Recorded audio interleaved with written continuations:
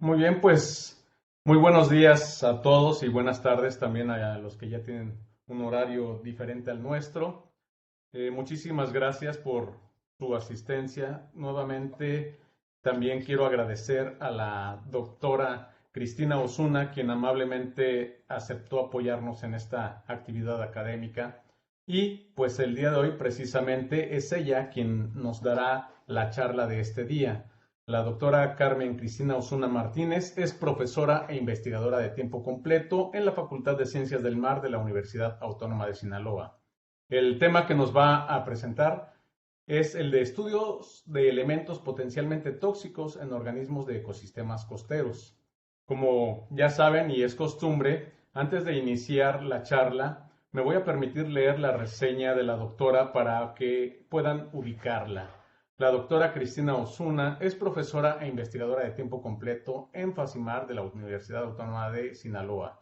Forma parte del núcleo académico básico del posgrado en Ciencias en Recursos Acuáticos.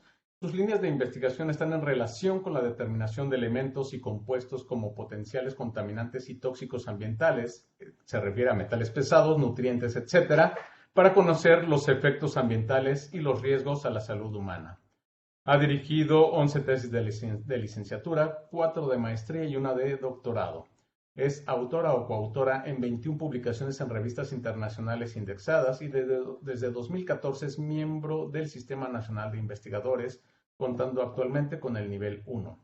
Y cuenta con el reconocimiento de perfil deseable por PRODEP y miembro honorífico del Sistema Sinaloense de Investigadores y Tecnólogos.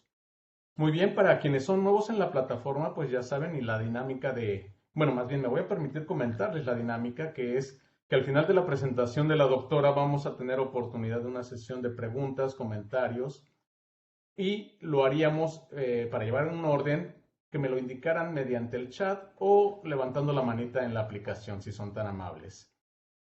Por lo pronto, pues doctora, muchísimas gracias nuevamente. Le voy a ceder el micrófono y la cámara para su presentación. Adelante, gracias.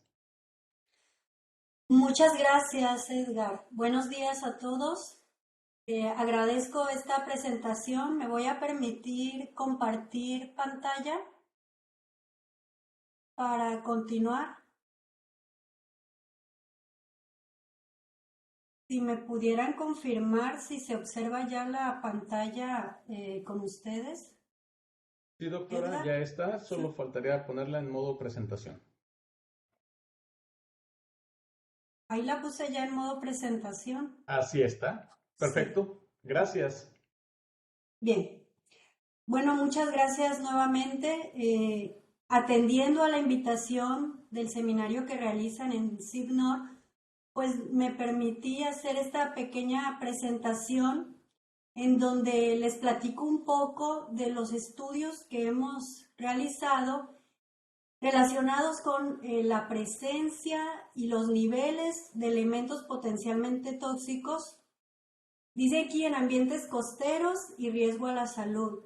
Generalmente nos ubicamos en estudios o nos centramos, perdón, en estudios que tienen que ver principalmente con organismos que provienen de pesca y acuacultura.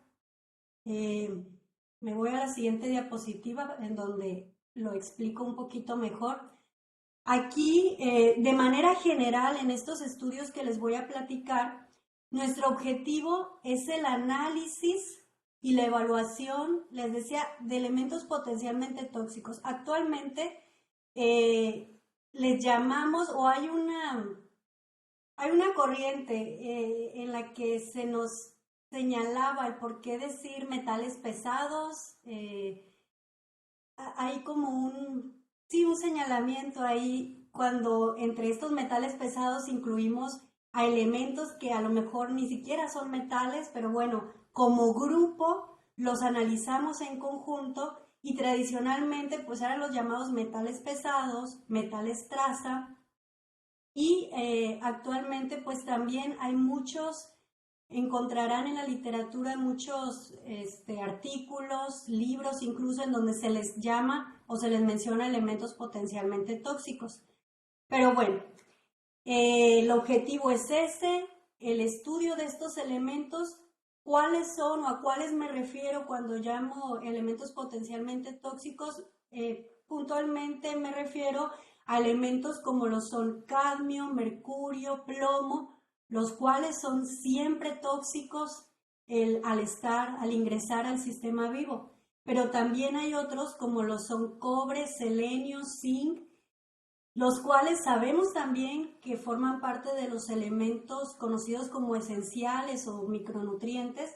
Sin embargo, a partir de ciertas concentraciones pueden tener cierta toxicidad, cierto nivel de toxicidad, y por lo tanto en los propios organismos, llámese grupo de organismos peces, llámese crustáceos, bivalvos, pueden causar ciertos daños, o bien en los organismos que se alimentan de ellos, entre ellos pues el ser humano. Entonces es importante conocer estos niveles de elementos potencialmente tóxicos, y como digo, por la institución en la que me encuentro, que estamos con el enfoque hacia la pesca y a la acuacultura, principalmente hacemos estudios en organismos que provienen de estas actividades. Sin embargo, también es importante y también hacemos estudios de organismos que a lo mejor no tienen una cierta interés en cuanto a su consumo por el ser humano, pero que sí tienen importancia, como cualquier otro organismo, importancia ecológica y ambiental. Y bueno, el enfoque hacia organismos de pesca y acuacultura, pues principalmente es por el riesgo que conllevan para consumo humano. De manera muy esquematizada, les presento cómo hacemos el desarrollo de nuestras investigaciones. Generalmente, pues hacemos muestreos, o bien conseguimos los tejidos, los organismos que vamos a analizar, nos lo mandan a veces, tenemos contacto con pescadores, con cooperativas en donde nos mandan los productos, y ya una vez en laboratorio hacemos el procesamiento de dichas muestras. Este procesamiento, bueno, hacemos básicamente como en muchos otros estudios, pues tomamos las biometrías en función de la talla, el peso de los organismos, lo cual nos servirá posteriormente para hacer los cálculos correspondientes y saber qué tantos niveles hay por peso de organismo, por ejemplo. Y bueno, además de ello, hacemos el proceso de liofilización y digestión para poder extraer los metales, dejarlos en solución, y una solución ácida, y posteriormente hacer la cuantificación. Generalmente trabajamos por espectrofotometría de absorción atómica, pero hay otros métodos. Hacemos comparaciones con diferentes estudios, sobre todo para ver cómo se han comportado estos elementos en el transcurso del tiempo. De una misma laguna costera, por ejemplo, podemos tener análisis que actualmente estamos llevando a cabo y comparar con análisis que se hicieron hace 5, 10 años, 20 quizá, y entonces ver cómo se ha comportado ambientalmente dichos elementos.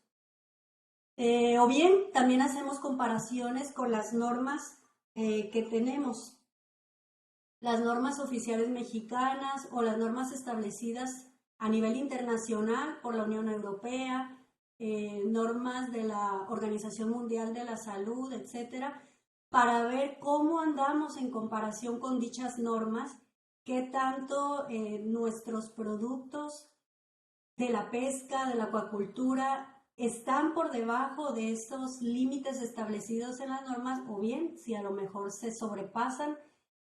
Y bueno, hacemos finalmente los cálculos de riesgo a la salud para conocer ese posible riesgo que pueda haber en el consumo de dichos organismos, y finalmente pues se hace el reporte correspondiente. Ya sea, la mayoría de estos estudios pues son estudios que se realizan para que los estudiantes, ya sea de pregrado o posgrado, realicen su tesis, y finalmente lo que también hacemos pues es hacer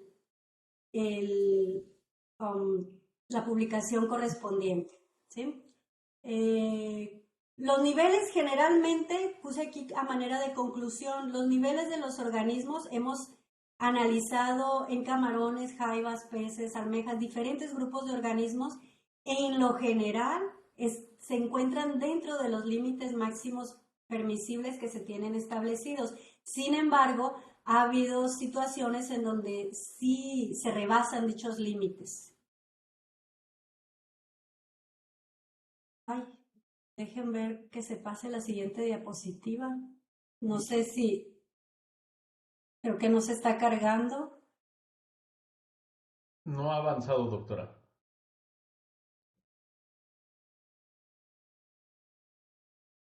No se quiere pasar a la siguiente. Si gusta dejar de compartir y volver a compartir. A ver, vamos a ver.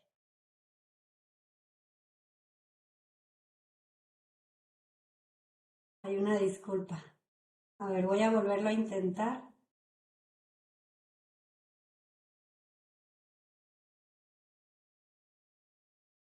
Ahí está. Ahora sí.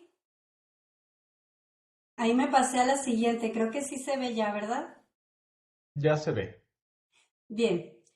Les comentaba al inicio, estos llamados ahora pues elementos potencialmente tóxicos son los que tradicionalmente conocemos como metales pesados o metales traza. Muchos de estos elementos son a la vez considerados o están dentro de lo que conocemos, les decía, como elementos esenciales.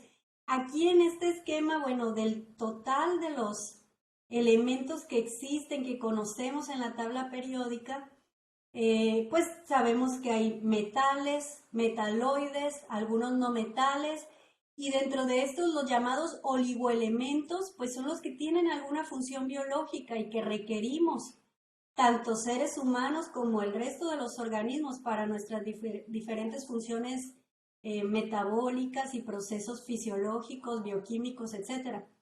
Pero les decía, algunos de estos elementos también son considerados, bueno, sería esta parte de aquí que estoy señalando con el puntero, los que entran dentro de los dos grupos como oligoelementos, pero también como metales pesados. En rojo estoy señalando aquellos que son siempre tóxicos y en anaranjado pues quedan algunos que, si bien los requerimos, a partir de ciertas concentraciones ya no, más que causar un beneficio, pueden causar efectos adversos a la salud. Como podemos observar, hay algunos metaloides. Antes tradicionalmente se englobaban metales pesados y aparecían, por ejemplo, el arsénico y el selenio. Ahora generalmente en las publicaciones o en las tesis más probablemente veremos en las más actuales metales pesados y arsénico, o metales pesados y algunos metaloides, ¿no? O si se manejan, por ejemplo, arsénico y selenio. El arsénico se dice que tiene alguna función por ahí con ciertas bacterias y algunas funciones que pudieran caber dentro de beneficio. Sin embargo, esto no está extendido para todos los organismos vivos, pero lo dejé ahí de todas formas. Bueno, con todo esto, ¿por qué estudiamos estos elementos? Principalmente hay ciertos aspectos ambientales que se derivan de este estudio. Entre ellos, sabemos que estos elementos pues no son como otros potenciales tóxicos o como otros contaminantes que son sintetizados por los seres humanos. Me refiero, por ejemplo, a los plásticos. No, en este caso los elementos existen de manera natural. Lo único que sí hacemos los seres humanos con nuestras actividades es movilizarlos de una esfera ambiental a otra. Por ejemplo, si se encuentran por debajo del subsuelo, con el proceso de la minería, los ponemos disponibles acá en la superficie para que a través de medios de dispersión como el aire, como el agua, pues lleguen a ciertos cuerpos de agua o se dispersen algunos que tienen la fase atmosférica, por ejemplo, se dispersen a través del aire y entonces estamos los seres humanos y los seres vivos en general más susceptibles al tener la disponibilidad de estos elementos que movilizamos, les decía, desde las diferentes esferas ambientales con nuestras actividades. Entonces se dan procesos como lo son la bioacumulación, es decir, elementos que de manera natural se encuentran en los cuerpos de agua, en la columna de agua y o en los sedimentos, pues pueden estar siendo bioacumulados a través ya sea de procesos de ingestión, por ejemplo, o directamente a través de la respiración, a través de las branquias de los peces, pueden estar siendo bioacumulados y también se puede estar presentando procesos de biomagnificación. La biomagnificación la tenemos representada aquí, es el proceso en el que la concentración de un metal se va incrementando de acuerdo al nivel trófico de los organismos que estemos estudiando. Y bueno, también la importancia, insisto, en conocer los efectos a la salud humana. Muchos de estos elementos pues conllevan efectos adversos y por lo tanto es importante hacer las evaluaciones de riesgo correspondientes. Ahí sí se cambió. ¿Cuál es el origen de estos metales? Bueno, les decía hace rato, todos se encuentran, son elementos de la naturaleza, se encuentran de manera natural en los diferentes ambientes. Sin embargo, podemos hacer una separación hasta cierto punto entre fuentes naturales y fuentes antropogénicas, en el sentido de que a partir de estas fuentes antropogénicas se hace esta movilización que les decía yo desde una esfera ambiental a la otra. Entre las fuentes naturales, pues aquí con las imágenes estas quiero ejemplificar lo que son las ventilas hidrotermales, la meteorización, incendios forestales que se generan de manera natural, el vulcanismo. A partir de todos estos se pueden estar emitiendo al ambiente concentraciones considerables de los metales en cuestión, pero también la movilización a partir de las actividades humanas, como lo son los derrames de hidrocarburos, procesos que se llevan de manera industrial, así como también en las actividades agropecuarias en general y también en la minería. Y bueno, aquí menciono un poquito lo referente a la normatividad.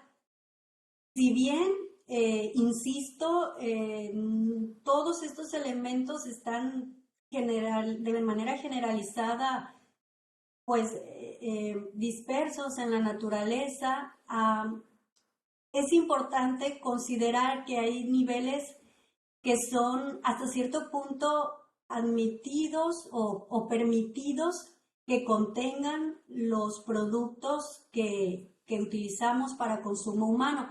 En este caso hago referencia, por un ejemplo, a la norma oficial mexicana 242 que se refiere a los productos de la pesca. Esta norma pues es muy extensa porque conlleva todo lo que tiene que ver con qué es lo que se puede tener como máximo permisible, no solo de metales, pero también, por ejemplo, de biotoxinas marinas y de algunos patógenos, etc. Entonces, aquí pues pongo un fragmento de dicha norma en lo que se refiere principalmente a metales como el cadmio, el mercurio en su forma de metilmercurio, el plomo y, como mencionaba, también viene la especificación para arsénico, que es un metaloide. Como vemos aquí, bueno, viene en algunos casos la separación entre, por ejemplo, para el arsénico viene para los diferentes organismos que se mencionan, tanto crustáceos y moluscos bivalvos, el límite es igual, 80 miligramos por kilogramo. Pero, por ejemplo, para el cadmio se hace la diferenciación.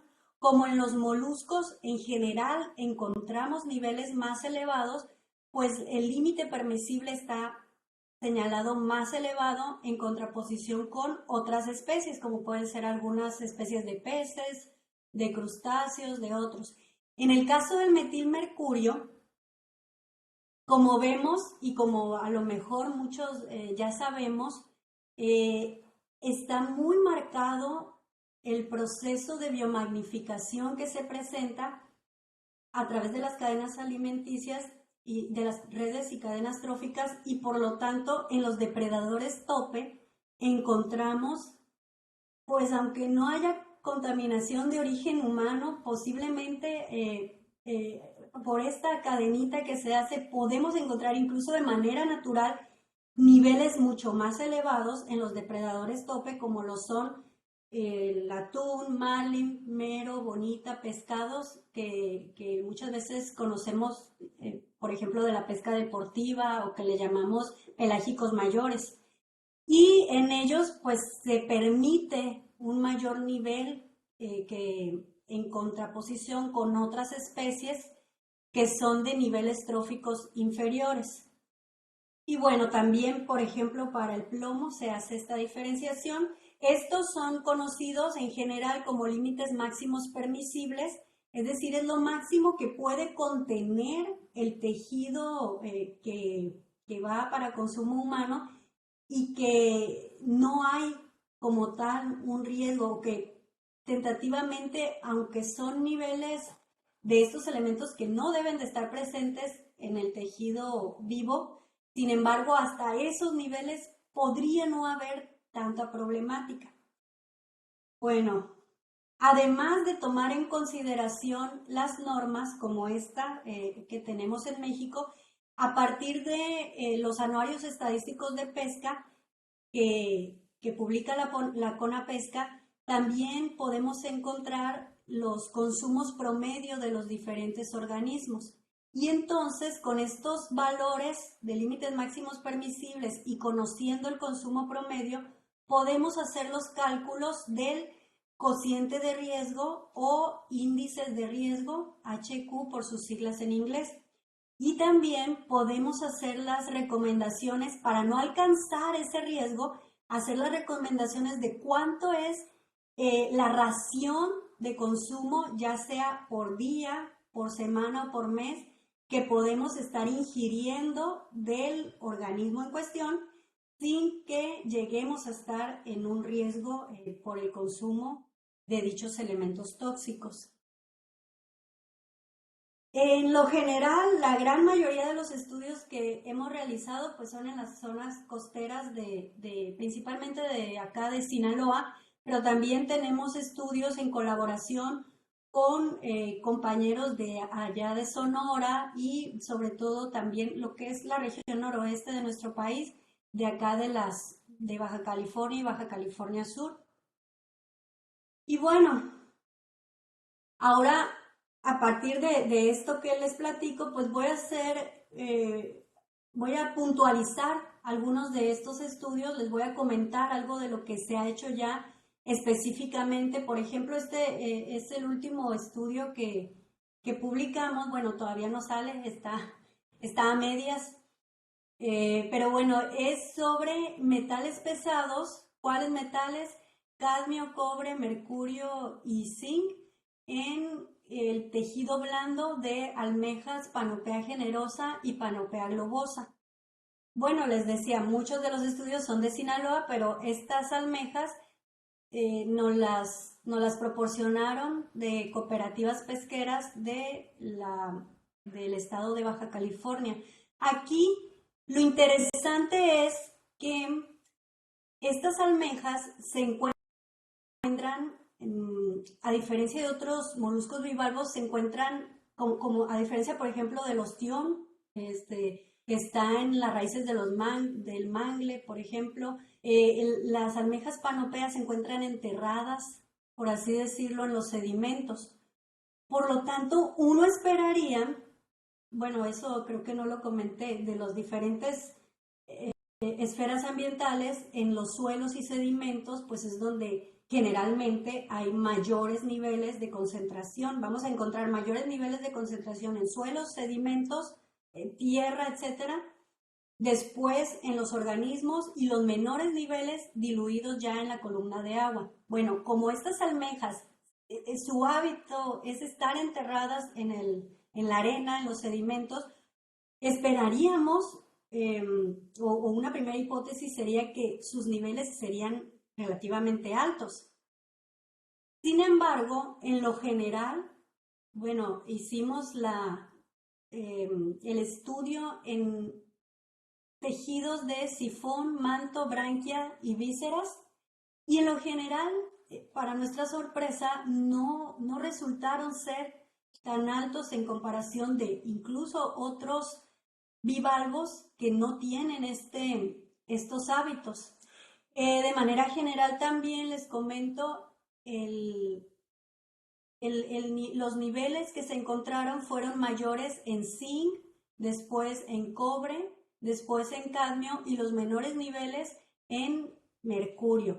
Esto pues también es algo positivo. De manera general, insisto, es lo que se esperaría, porque zinc y cobre son elementos esenciales que sí deben de estar dentro del tejido de estos organismos. Sin embargo, cadmio y mercurio pues son dañinos. Si se encuentran, deben ser en concentraciones muy bajas. En cuanto a la diferenciación entre los tejidos, también una buena noticia o un buen dato es que el tejido de sifón fue donde se encontraron los menores niveles. Y esto, bueno, ¿por qué buena noticia? Pues porque el sifón es el tejido comestible de estas almejas. También se encontró, dice, a mayores tallas de las valvas, se encontraron menores niveles de cobre y zinc. Aquí yo hace rato les hablaba de efectos de biomagnificación y bioacumulación. Aquí podríamos hablar de lo contrario, un efecto de biodilución. ¿Qué es esto? Que conforme crece el organismo y está utilizando estos elementos que son esenciales, entonces en los organismos de tallas mayores podemos encontrar esto, niveles más bajos de ciertos elementos. Otra cuestión aquí con estas almejas es que sabemos también que son altamente longevas, por lo tanto, esperaríamos que en el transcurso de su vida acumularan una gran concentración de estos elementos, que es lo que vemos aquí, pues que están altamente especializadas, están altamente habituadas a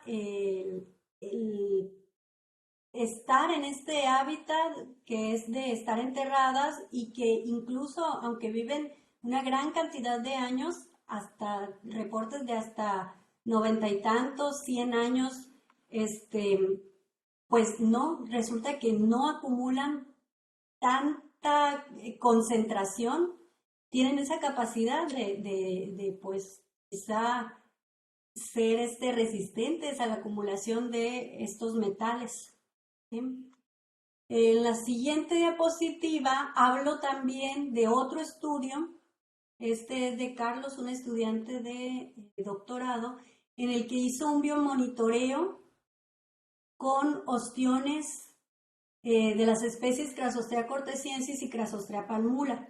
De manera general, como vemos también los elementos que son esenciales, zinc, hierro, cobre, son los que se encuentran en mayores concentraciones, y elementos que pues son no esenciales y que conllevan un mayor riesgo se encuentran en menores concentraciones. Aquí Carlos, el estudiante, lo que encontró fue que, entre otras cuestiones,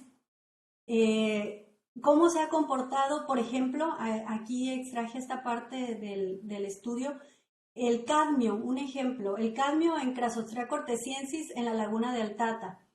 En un estudio del 93 se encontraba en 0.70 miligramos por kilogramo. Después se encontró en 2008 niveles un poco mayores, hasta 1.3, pero después en 2015 disminuye un poquito. En este estudio, Carlos encontró 0.8. Vemos cómo a lo mejor en algún tiempo hubo una cierta variación, pero más o menos se han mantenido los niveles de cadmio. Esto es importante, lo que les decía al inicio, ver al transcurso del tiempo cómo se presentan estos niveles y cómo esto implica también un reflejo de cómo podemos estarnos viéndonos afectados quienes consumimos estos productos, ya sea de pesca o de acuacultura, que se producen en dichas lagunas costeras. Estos niveles de concentración que mencionaba por acá, bueno, resultaron ser similares a estudios que se llevaron a cabo anteriormente y los niveles del análisis de riesgo resultaron ser, el HQ resultó ser menor a 1, por lo tanto se concluye que no hay un riesgo por consumo de estos organismos para la salud de humanos. Y bueno, acá represento un poquito lo que se mencionaba hace rato, la diferencia entre los grupos de bivalvos que hace rato comentaba, las almejas panopea, y acá los ostiones que viven y fueron recolectados de las raíces de los mangles. Aquí tenemos otro molusco bivalvo. Esta otra tesis que realizó otro alumno que realizaron alumnos también en este caso de licenciatura, pero con almejas chocolata, Megapitaria escuálida, dice concentraciones de metales aquí hicimos la separación por grupos de edad, pues para ver cómo andaban de acuerdo a las diferentes edades de las almejas, o más bien la talla de las almejas. En general se encontró solamente una correlación negativa con la edad de las almejas en cuanto a la presencia de zinc. Es decir, mientras mayor es la talla de la almeja, menos zinc se encontraba. Y esto, bueno, tiene que ver con lo que les comentaba hace rato respecto a ese proceso probable de biodilución que se puede estar presentando. Igualmente, de manera general, el índice de riesgo es bajo, pero hay que tener cuidado porque también esto del riesgo va a depender del consumo que tenemos. No tenemos el mismo riesgo quienes vivimos aquí en la costa que quienes viven, por ejemplo, no sé, en Durango, en la Ciudad de México, que a lo mejor están consumiendo menos este tipo de organismos. Pasando a crustáceos, también se han hecho estudios con camarones, metales en camarones, en este caso camarones provenientes de la pesca, de las especies Farfantepeneus o Peneus californiensis y Peneus banamei. Y bueno, aquí sí en donde pongo el mapita, pues es porque generalmente el estudio se extiende más allá de lo que les comentaba hace rato del estado de Sinaloa. Acá tanto las capturas fueron en Sinaloa, pero también en la costa occidental de la península de Baja California. En cuanto a los niveles, la acumulación de los metales analizados principalmente se presenta en hepatopáncreas, en menor nivel en músculo, y qué bueno, y en menor nivel en exoesqueleto. Con los procesos de mudas, los organismos de este tipo en este caso es una forma en la que pueden estar eliminando dichos tóxicos de sus sistemas biológicos. Aquí, bueno, presentamos más o menos los niveles que se encontraron. Perdón, estos no son los niveles, no le puse aquí, pero esto es el HQ. Esta es la sumatoria de HQ de los diferentes metales estudiados y este es el HQ, es decir, el índice de riesgo de cada uno de ellos. Como vemos, todos los casos son menores a 1. ¿Sí? Por lo tanto, el consumo de camarones marinos capturados en estas zonas no representa un riesgo para la salud humana, al menos por lo que tiene que ver con la presencia de estos elementos.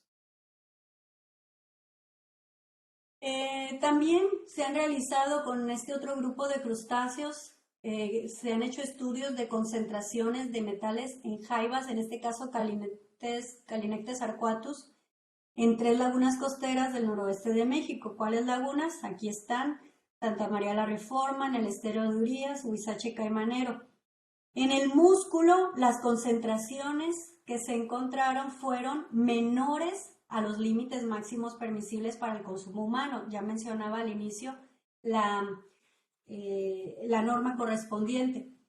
Y bueno, el consumo de estas especies de esta especie de jaiba de cualquiera de los sistemas no representa, por lo tanto, un riesgo para los consumidores en relación con la presencia de dichos elementos.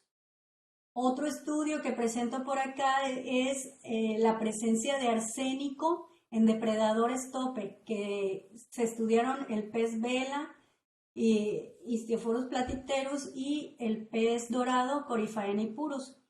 Aquí, bueno, viene un poquito la relación también de mayor a menor nivel y como en los diferentes tejidos analizados, y como podemos observar de nueva cuenta, en donde menores niveles encontramos es en músculo, ¿sí? Tanto para pez vela como el pez dorado. Aquí se hizo también, no lo he mencionado, pero también se hacen estudios en el contenido estomacal de algunos de los organismos muestreados, sobre todo cuando son peces de tamaño grande, que podemos obtener el contenido estomacal y analizar en ese contenido estomacal la presencia y concentraciones de los elementos, en este caso el arsénico. Y podemos obtener, por lo tanto, el factor de biomagnificación.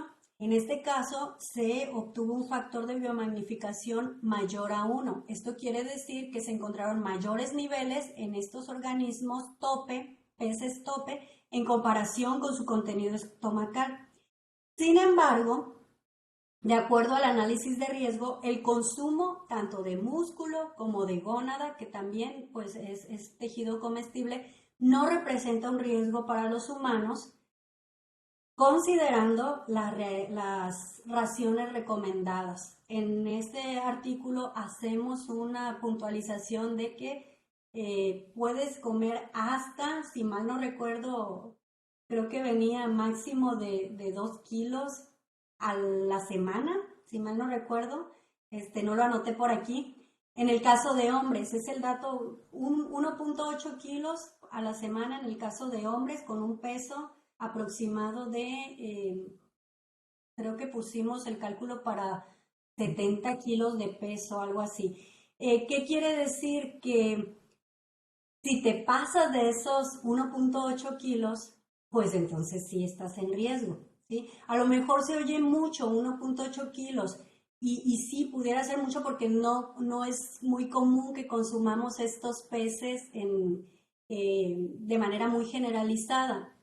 Pero pues habrá quienes sí, y entonces es importante el no rebasar ese consumo, esa ración recomendada por el riesgo que conlleva.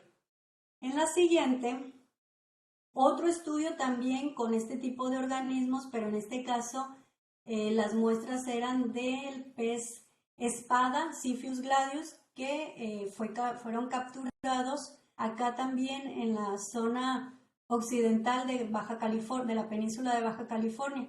Aquí, bueno, estoy poniendo la tablita esta, dice cálculo del riesgo o HQ, y donde se hace la relación entre la dosis de referencia y la exposición. ¿Qué es lo que represento aquí? Esta primer columna que vemos es el peso de las personas, ¿sí? Quiero aquí hacer mención, los menores pesos pues obviamente corresponden desde bebés, niños, adolescentes hasta ya adultos. Para este trabajo se consideró peso de mujeres de promedio de 68.7 kilos, peso de hombres promedio de 74.8. Y bueno, en general, al irse incrementando la masa del individuo susceptible o que está en riesgo potencial por el consumo de estos organismos, pues la concentración se va hasta cierto punto diluyendo, digámoslo así, en un mayor volumen. Por lo tanto, si se alcanza a observar, aquí tenemos en negrita los valores de HQ que sí son mayores a 1, ¿sí? O que están muy cerca a 1. Sin embargo, también es importante manejar con cuidado esta información, porque estos valores elevados, o donde diríamos que hay riesgo, pues también es importante decir qué bebé es alimentado con tejido de pez espada, o qué niño ¿qué te gusta? De unos, si estamos hablando aquí peso de 20 kilos, pues esto es un niño, no sé, de unos 4 o 5 años, no recuerdo más o menos la relación, pero, o sea, niños de estas edades generalmente no consumen estos organismos, generalmente, insisto. Entonces, esto, ¿por qué lo pongo de todas formas también? Y hago mención porque hay que tener cuidado con la forma como manejamos esta información, porque podemos decir, sí, hay un riesgo para cierta parte de la población el consumo de estos peces, sí, pero ¿qué riesgo real representa en el sentido de quiénes y cuánto lo consumen? En general, insisto, siempre en el hígado se encuentran mayores, no siempre, perdón, la mayoría de las veces, pero algunas veces nos hemos encontrado también con niveles más elevados de músculo. En hígado, ¿por qué es lo que esperaríamos los mayores niveles? Pues porque hay una serie de funciones metabólicas que realiza el hígado y en su función de hasta cierto punto filtrador también acumula y también contiene las llamadas metalotioneínas. Las metalotioneínas son proteínas que se encargan de secuestrar, les llamamos, a los metales para que no vayan y hagan daño a otras partes del sistema biológico. Entonces, generalmente vamos a encontrar niveles en el hígado o bien en el hepatopáncreas, si hablamos de camarones, por ejemplo, o en la glándula digestiva cuando hablamos de moluscos bivalvos. En lo general, decía el HQ fue menor a 1, pues sí, todos estos valores son menores a 1 y bueno, aquí hacemos el detalle para estos con las consideraciones que mencionábamos hace rato. Y bueno, aquí se mencionan límites máximos permisibles, se hace la comparación contra la norma mexicana, la norma oficial mexicana, los valores que tenemos, los que tiene la Organización Mundial de Salud, la Unión Europea y lo que se encontró en el tejido de músculo, tejido comestible en este estudio. Como vemos, pues estaría sobrepasándose un poco aquí solamente con respecto a la norma de la Unión Europea. Siguiente diapositiva. Bioacumulación de mercurio y selenio en la merluza del norte del Golfo de California y su evaluación de riesgo a la salud humana. Aquí no puse el mapita, pero el estudio este fue en el Alto Golfo de California y de manera general aquí la reflexión esta que pongo es, bueno, si la merluza es un pez de agua salada que vive a 200 metros de profundidad, pues cómo es que va a tener niveles elevados de estos elementos tóxicos. Muchas veces relacionamos estos potenciales tóxicos o contaminantes con las actividades humanas, pero no recordamos también que muchas de las veces hay incrementos de manera natural, incluso a esas profundidades. Y entonces, como migra a la superficie en búsqueda de peces como alimento, pues son capturadas y son susceptibles para consumo humano.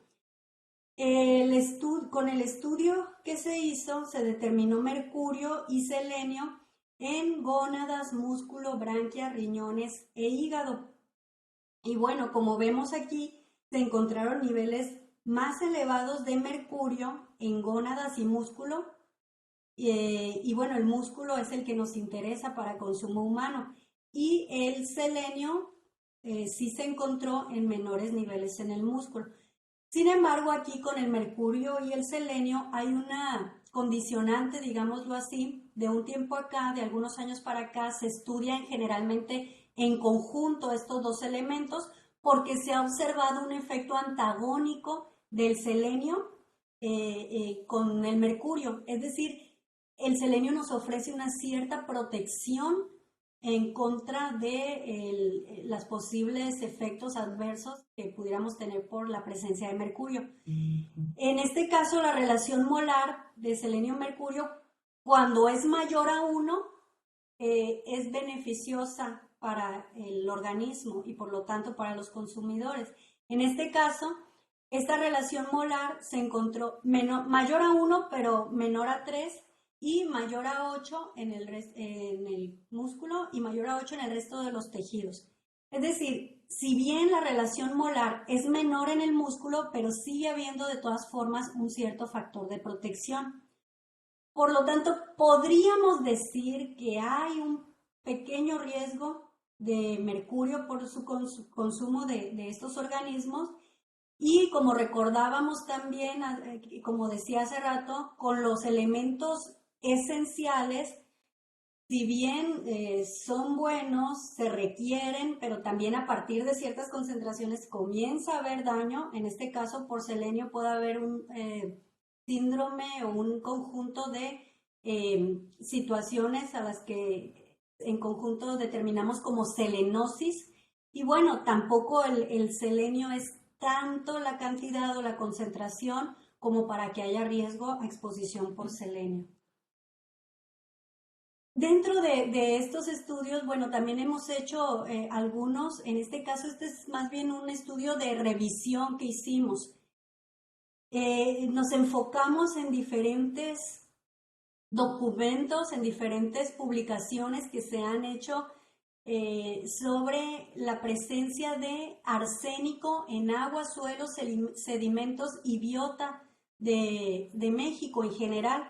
Aquí, bueno, entre muchas otras cuestiones que encontramos o resultados que analizamos de este estudio, encontramos que en México hay, tanto de manera natural o principalmente de manera natural, niveles elevados de arsénico, y esto está relacionado, pues les decía, de origen natural, de origen geogénico, pero también movilizado a través de procesos de minería. Hay elevados niveles en aguas subterráneas, las cuales son utilizadas como aguas para consumo humano, aguas de pozo que le llamamos, sobre todo en zonas áridas y semiáridas del centro, la parte de lo que es San Luis Potosí, la parte de acá en Sonora, en el sur de Sonora, en poblaciones como Boaisiacobe, Cocorit, niveles muy elevados en las aguas subterráneas y entonces problemas asociados a la salud, sobre todo en niños. En la biota marina, pues tiburones y rayas son los que exhiben los niveles más elevados, y de todo esto pues concluimos que aunque hay muchos estudios, falta hacer más estudios de arsénico, principalmente donde casi no encontramos este tipo de estudios son en zonas del Golfo de México y el Mar Caribe. Aquí presento otro estudio, esta evaluación del riesgo de mercurio en tiburones de la zona costera del noroeste de México. Dice aquí, solo el 6.6% de los organismos mostró un contenido de mercurio mayor al límite máximo permisible. Es poquito, el 6%, pero ¿cuál porcentaje, cuáles de los organismos nos comemos nosotros? ¿De cuáles vamos y compramos en el mercado y es el que estamos consumiendo? A lo mejor dices, sí, es un valor muy bajito. Son pocos los organismos que vienen con niveles elevados de mercurio, pero ¿cómo sabemos cuál sí, cuál no? No hay una relación significativa entre el peso y el contenido de mercurio.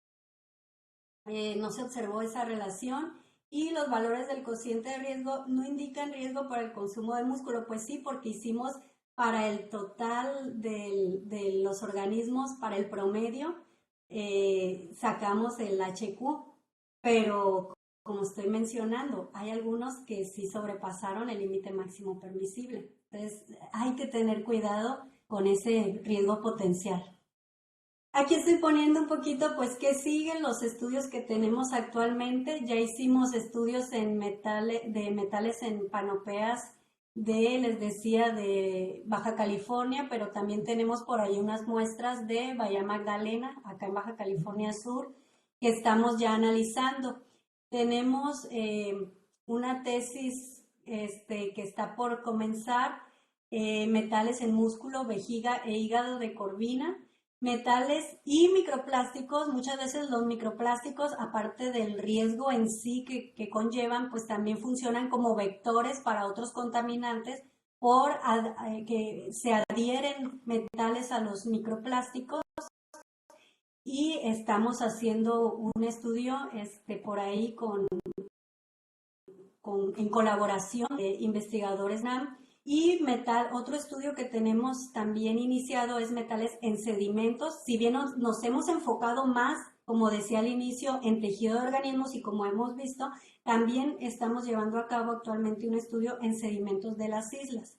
Y todo esto pues lo hemos venido realizando con compañeros de la propia institución, de la FACIMAR, pero también tenemos mucha colaboración con compañeros de la UTSIM, de la UNAM, del INMAS, del CIDIR. Y bueno, no hemos hecho estudios en colaboración de metales, pero sí de otros compuestos tóxicos en colaboración con el doctor Arreola, que fue quien nos hizo la invitación por parte del CIDMOR.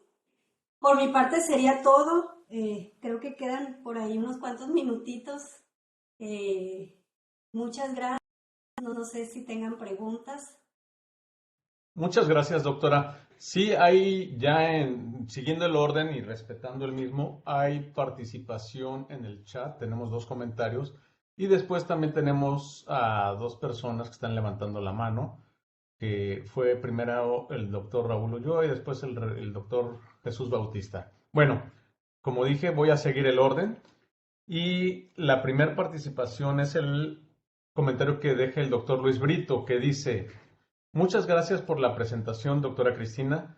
¿Cuál es la base para establecer los límites máximos permisibles de sustancias tóxicas?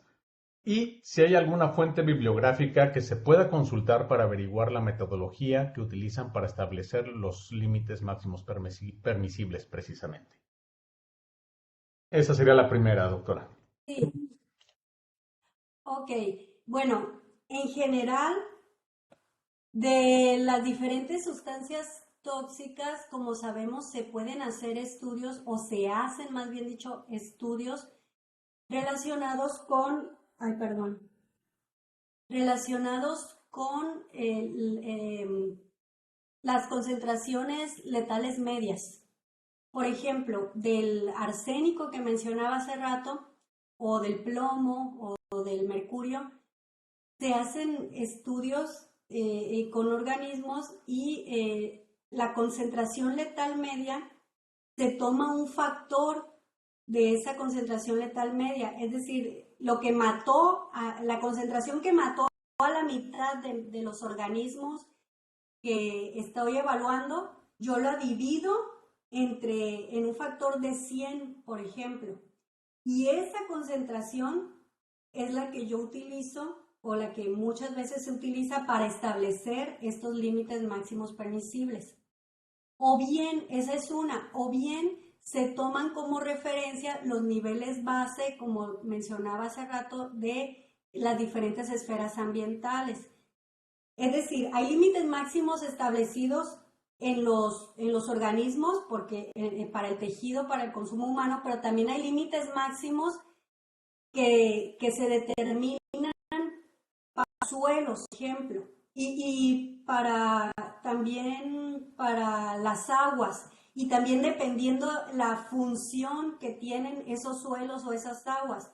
Va a haber un límite si son aguas recreativas o si son aguas para riego, ¿sí? Entonces depende, ahora sí que el enfoque es cómo se va a determinar, pero muchas veces cuando es para consumo humano, en organismos de prueba, lo que les decía hace rato, se sacan las concentraciones letales medias, y para no alcanzar esa concentración letal media nos bajamos a un factor de 10 o muchas veces de 100. Muy bien. Veremos si deja algún comentario extra el doctor Brito. Nos quedan 5 minutitos, así es que voy a dar lectura al siguiente comentario. Y ese lo hace la doctora. Ya menciona el doctor Brito que gracias por la respuesta. El siguiente comentario lo deja la doctora Gracia y dice: muy interesantes resultados, sobre todo porque tenemos creencia de que peces marinos grandes y de lento crecimiento acumulan metales pesados en cantidades superiores a la norma. Ese es el comentario. Ok. Muchas veces, independientemente de la talla, y de la longevidad, recordemos que pues, los sistemas biológicos funcionan diferente y nos llevamos sorpresas, por lo que les decía de las almejas Panopé.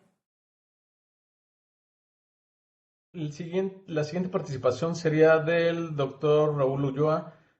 Raúl, si eres tan amable en abrir tu micrófono, por favor.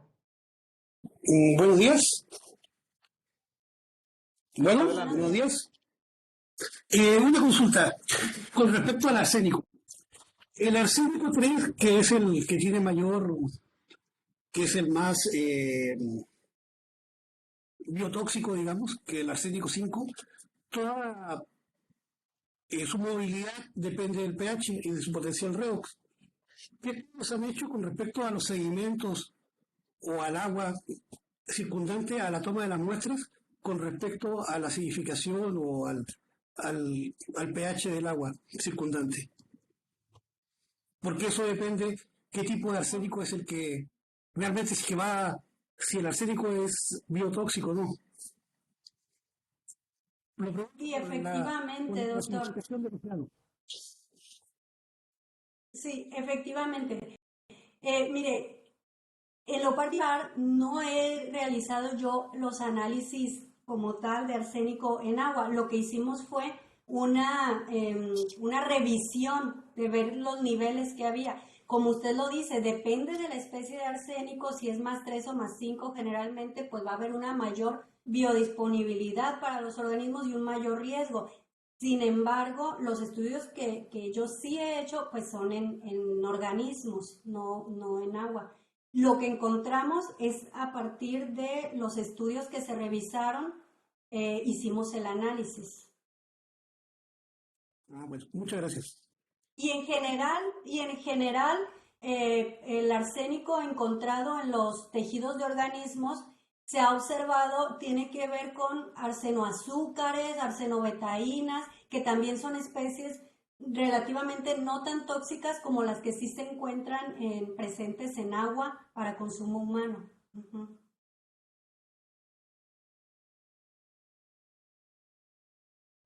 Gracias. Muy bien, gracias Raúl. Damos paso a la siguiente participación, y hay también después una pregunta en el chat y yo creo que con eso estaríamos finalizando por el tiempo, pero vamos a dar paso a la siguiente, el doctor Jesús Bautista. Jesús, si abres el micrófono también, por favor, te lo agradecería. Gracias. Jesús Bautista de acá del Signor La Paz. Doctora Osuna, muchas gracias por su plática, muy interesante lo que alcancé a escuchar. Gracias. Yo tengo algunas dudas. La primera es en relación a que si hay alguna o han visto alguna relación entre la cantidad de metales pesados que hay en el ambiente con respecto a la cantidad que acumulan los organismos. Le digo porque alguna vez escuché una plática de una chica que estaba haciendo sus tesis, creo que en Bahía Magdalena, y ella estaba analizando los sedimentos, y en los sedimentos de Bahía Magdalena encontraba muchos metales, ahorita no recuerdo cuáles, pero mucha, y que ella encontraba en los sedimentos una gran cantidad de metales pesados. Y alguien le preguntó eso, y me acuerdo, y ahorita que dio su plática me acordé de eso, que alguien le preguntó, oye, ¿y esa tiene relación con los organismos? Y ella no supo, dijo, pues no sé, porque yo no estoy estudiando los organismos, pero no sé si ustedes han visto ese tipo de relaciones, o sea, si entre más disposición hay en el ambiente, más tienden a acumular los organismos.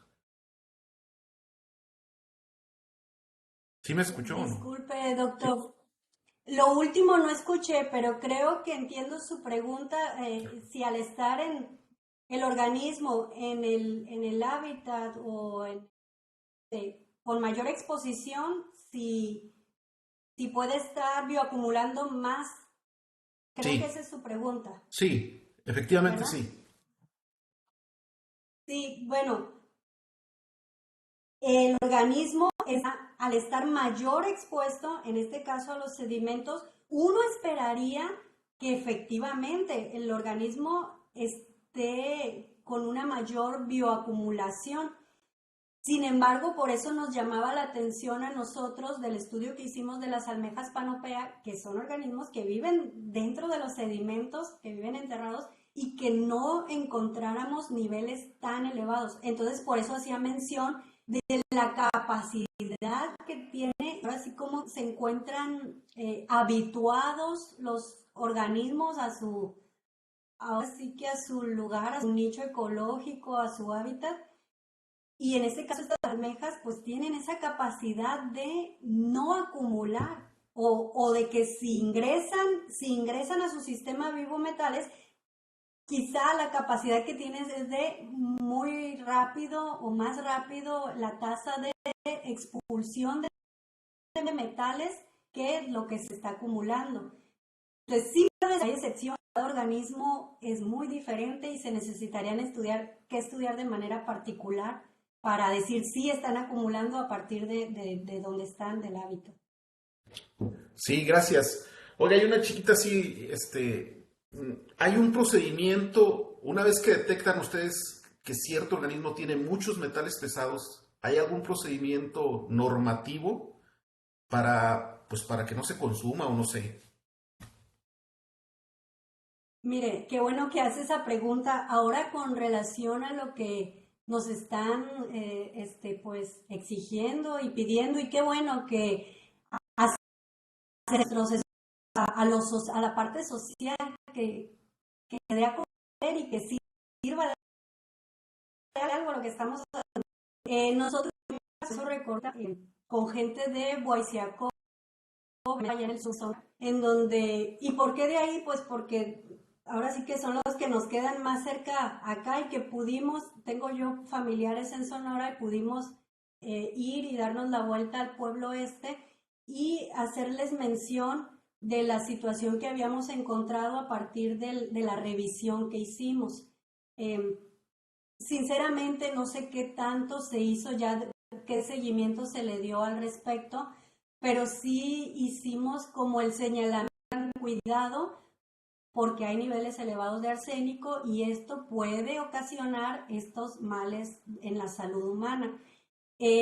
También acá en algunos estudios que se han hecho cuando fuimos con estudios acá en las lagunas costeras de aquí de Sinaloa, en Ceuta, se me olvidaba el nombre. En Ceuta también pláticas con los pescadores. Ese estudio creo que no lo mencioné aquí ahorita, pero fue con mugílidos. Les dijimos, están en riesgo porque el consumo que hacen es muy elevado. Entonces, aunque vienen niveles bajos, no encontramos niveles elevados en los organismos, pero el consumo que ellos tienen ahí directamente es muy elevado y por eso se ponen en riesgo. Entonces, es lo que hemos hecho, un tanto acercarnos así de manera muy pues puntual a las personas y decirles, hay este riesgo. Hasta ahorita solo eso. Muchas gracias, doctora. Muy interesantes sus estudios. Gracias. Gracias, Gracias. Jesús. Bueno, finalizamos con la participación que me voy a permitir leer de la estudiante de doctorado Natalie Salas. Ella pregunta, ¿cómo se estima la bioacumulación y la biodilución en humanos? En humanos se hacen estudios de metales, pero obviamente pues no podemos, ahora sí que el músculo de humanos directamente analizarlo, no, yo no puedo rebanarme mi dedo y hacer el análisis, pero sí en pelo hay algunos metales que, por ejemplo, ¿cuál será? El arsénico, no, el arsénico en orina.